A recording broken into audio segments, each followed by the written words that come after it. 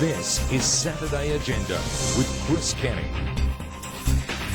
Welcome to the program. Well, we're being promised broadband, roll gold broadband to our door, billions of dollars extra for education, billions of dollars for disability services, cheques being sent out to the parents of school children, longer maternity leave at a higher pay, all sorts of goodies being promised in this election year.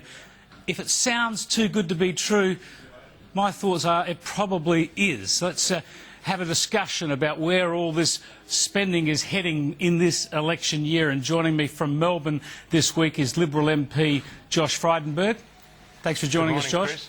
And in the studio with me is Labor Senator and Parliamentary Secretary for Pacific Affairs and Multicultural Affairs, Matt Thistlethwaite. G'day, Chris. G'day, Josh.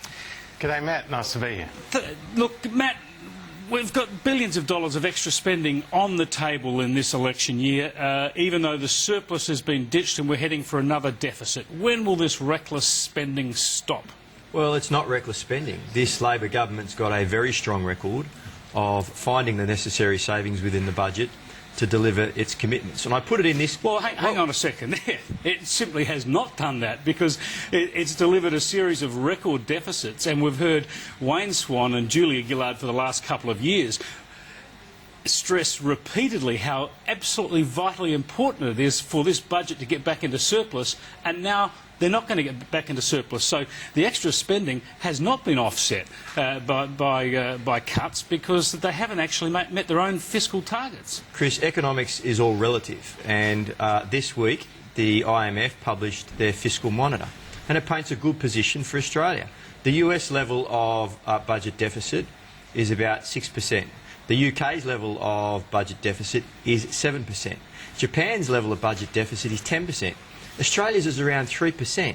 It's maintainable, and we've got a good record of finding the necessary savings, and we do that through adjustments to programs such as the private health insurance rebate. We've cut back some of that, the largesse that was there in that scheme, and then we're reprioritising that and delivering it. And we announced this week with the New South Wales government that we'd come to a deal to fund the Gonski reforms, and that's where we've got a proven track record of finding the necessary savings to deliver the programs that the Australian people need. We'll get to that in a moment, but Julia Gillard and Wayne Swan did not go through all of last year saying we will keep our deficit to a relatively small size compared to OECD countries. They said we will return the budget to surplus. In fact, they claimed they had delivered the budget to surplus, that the hard work had been done. Now, that's not happening. We know we're heading for another deficit. We don't know the size of it, although there's speculation it could be as big as $20 billion. Yet in that environment, we're still hearing about billions of dollars of new spending heading off into the out years for education, disability services, even, we read today, defence. And it's all sustainable. Budgets are about so you've completely changed your rules then? No. Budgets are about assessing your incomes and your revenues and your expenditures. And we've had a massive write-down in our revenues. And, yet the spending is continuing. But no, we've found savings within the budget through the budget process last year, through MyEFO during this year, to fund those necessary programs. And it's about prioritising what's in the interest of Australian people, unlike the opposition, who are now beginning to realise that they can't fund their extravagant promises, such as their paid parental leave scheme, and crab walk away from them. Well, Josh Frydenberg, the Liberals are certainly looking at matching some of these promises. You're saying you'll support the NDIS. When it comes to the NBN, you're backing a government monopoly scaled back. On education, we're yet to hear exactly what you'll promise.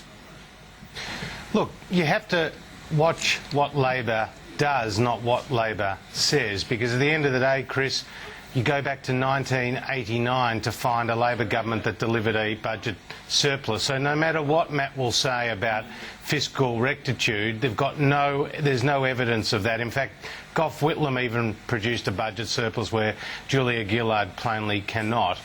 What we'll do is four things. One is we will reduce the level of tax on companies, and that's through the carbon tax and the mining tax as well as regulation. What we'll also do is cut the level of spending, and we've already said things like the school kids bonus, the low income superannuation tax offset, the NBN will come in much cheaper under us, so we'll cut actually spending.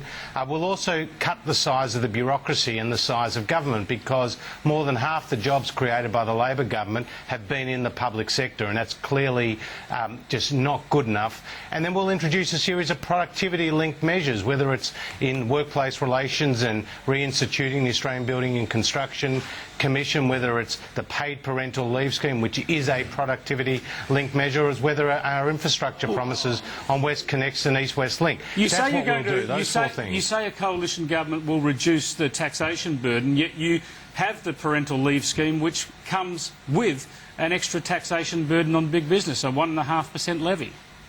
Well, the idea is to offset that with a cut to the company tax, and that's what we intend to do.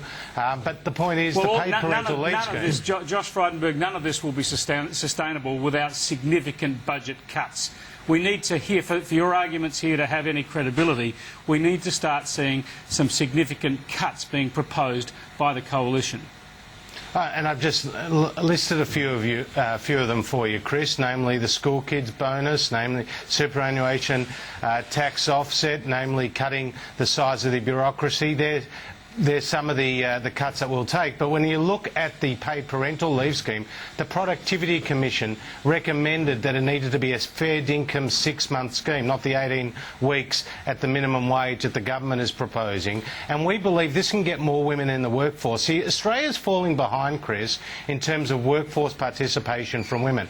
Only 67% of females of the working age are in the workforce, compared to 78% of men. And of those women in the workforce, 55% are working full-time compared to 85% of men. And if you go to comparable jurisdictions like Canada, we're 6% lower in terms of the number of women in the workforce, and they've got fair dinkum paid parental leave schemes. So Tony Abbott is absolutely on the right track here. This is a productivity-linked measure. This is not welfare. Well, what we need to talk about is the overall budget situation, the budget only being 3 weeks away. And, of course, Tony Abbott had a bit to say about his strategy to return to surplus this week. You've got to have a coalition government if you want a surplus, because the last Labor surplus was back in 1989. Standard & Poor's understand that. That's why they've warned us about our AAA rating. I think the public understand that. And that's why there is such yearning to see strong and responsible government in Canberra. And, of course, the Treasurer, Wayne Swan, well, he quite rightly would point to the credit ratings agencies and point out to the fact that with all three major ratings agencies, despite the continued deficits that the government looks like running, they give Australia a AAA credit rating. Now, when Mr Abbott today says that he's got a plan for a AAA rating, that's just a bald-faced lie, because not once, when Mr Abbott was a minister in the previous government, when Mr Hockey was a minister in the previous government, did that government have the AAA credit rating from all three major rating agencies. Well, that's where we've been. Matt Thistlethwaite, the problem is where we're headed, and of course there are warnings there that unless the next budget shows some sort of a credible path back to a surplus, that we could lose those AAA credit ratings. And we're doing that. We've, as I said earlier, demonstrated that we could find the necessary savings to fund our programs. But Tony Abbott's living in a dream world. I mean, the coalition just want to airbrush out the effect of the global financial crisis on the international economy. There is no developed nation in the world that is delivering budget surpluses at the moment because of the effects of the global financial crisis and the long time that it's taken for the international economy to recover. And here they've been saying in the past, oh, we'll deliver a budget surplus when we come to government. Now they're beginning to crab walk away from that because they know that that's not possible and it's not sustainable. And that's why their rhetoric's not meeting their reality. People are only holding the government to its own commitments. I mean, it's not Tony Abbott or Joe Hockey who demanded that a surplus be delivered this year. It's Julia Gillard and Wayne Swan who guaranteed it.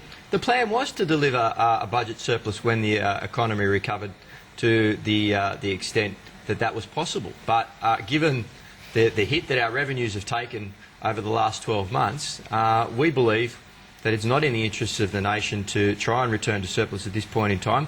it's better to continue to fund those necessary programs. And you saw a moment ago with Josh's reply to your answers, the differences between the major parties when it comes to the commitments which are in the best interests of Australians. They're going to cut programs that will hurt families. The school kids bonus, they're going to impose a tax on low-income workers through getting rid of the low-income superannuation contribution. It's about the difference in the priorities, and our priorities are with Australian families.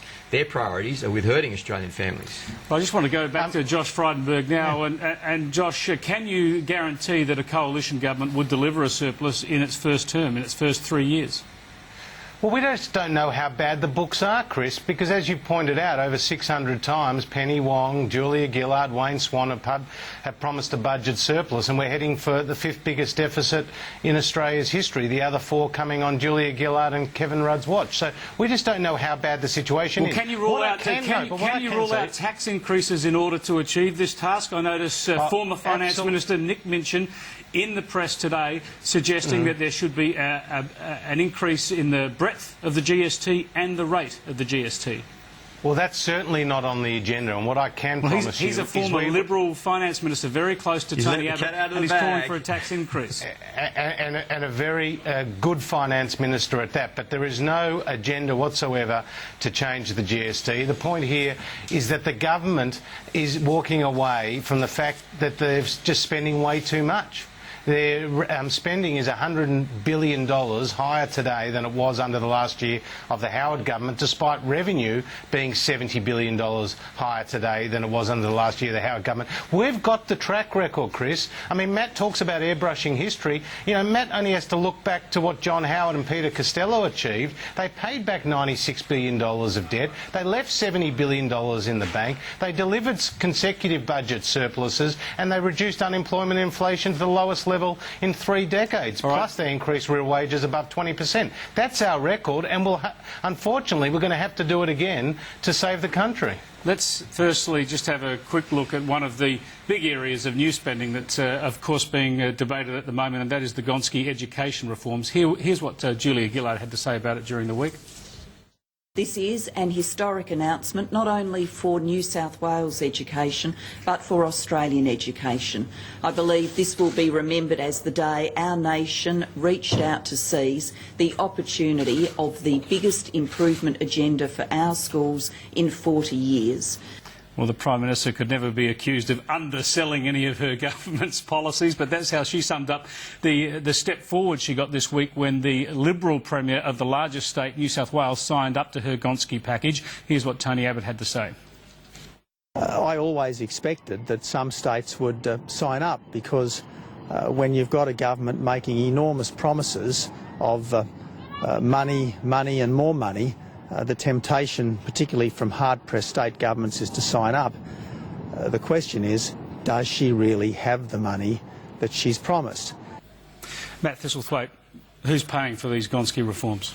Well, look, Chris, I go to a lot of schools, and you can tell a good school the moment you walk into one. And unfortunately, some of our schools are struggling, particularly in rural and regional areas, and it's showing up in the international ratings. But have you got the money to back up these promises? Well, we've demonstrated that we've got the prowess to manage the budget to ensure that we can fund our commitments, and we've reached an agreement with the New South Wales government, importantly, on this. And credit to Barry O'Farrell.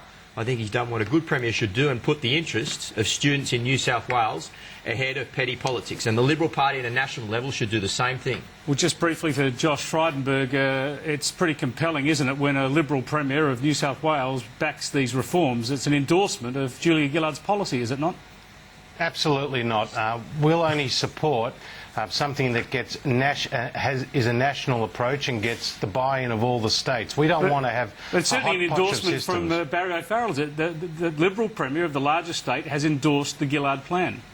As Tony Abbott said, he expects some states to sign on because there are promises. But at the end of the day, this government is taking with one hand and giving with the other because it's cut $11 billion out of education, whether it's from teacher training, whether it's from computers in schools, whether it's from a whole range of other measures, particularly around university and skills training. So this government has no credibility around education. They've been in power for 5 years and our literacy and our numeracy standards are going backwards. The average Australian 15-year-old maths student is 2 years behind his equivalent in Shanghai. The answer is not just more that's money. why we need It's reform. Oh, well, you've been in government for 5 years, Matt. Have you heard of something called building the education revolution? That was yours. Yeah, what sort of and it's- education and- revolution and have you it's- seen over the last 5 years? And it's delivered better this is a key infrastructure thing. for schools in Look this at your country. record. Look at your record. Look at your record. We're happy to Standards stand are on our going record on backwards. education. Well, let's wait Happy till to stand September on the our 14th record to on see that. education. All right, gentlemen, let's see that we'll finally. interrupt you there. We'll have to go to a break. After the break, we're going to come back and have a look at the AWU affair raising its ugly head again, and also some disturbing news when it comes to the threat of domestic terrorism.